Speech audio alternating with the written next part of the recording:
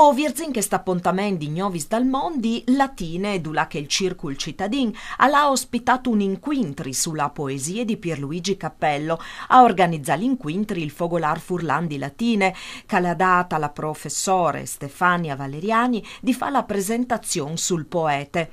L'attore Lucia Vigilanti e il chitarrista Gianluca Masaracchio hanno invece fatto vivi le poesie sulla loro musiche. Dopo il saluto al presidente al Fogolar Furlan di Latine Bruno Canciani e gli è state fatte la lettura di due poesie, Cence di te e Mondimi, lettis dal soci Massimiliano 800 par Furlan e par Talian. L'associazione locale Acta in Arte si ha proponuto di tornare a presentare l'evento in tali scuole dal territorio, dula che in tanti han l'idris furlanis. Latine e ha di fatto un leamo un'evore strent col Friul, perché che in taglian strente, che arrivare in tansetis fameis furlanis pa i lavors di bonifiche e in tal 1976 un post di fruz dal Friul sono stati ospitati in tune colonie talistate dal Taramot.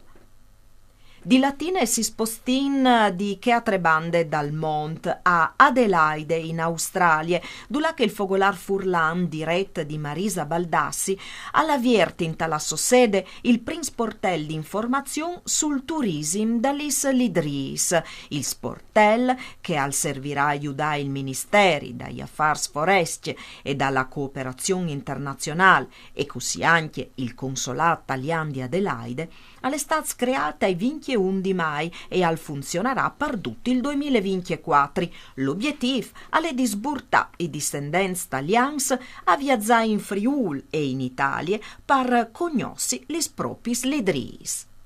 E per usgnot alle dut, Gnovis al torne domani sere, sempre alle 9 mancul 20. Mandi e buone serate.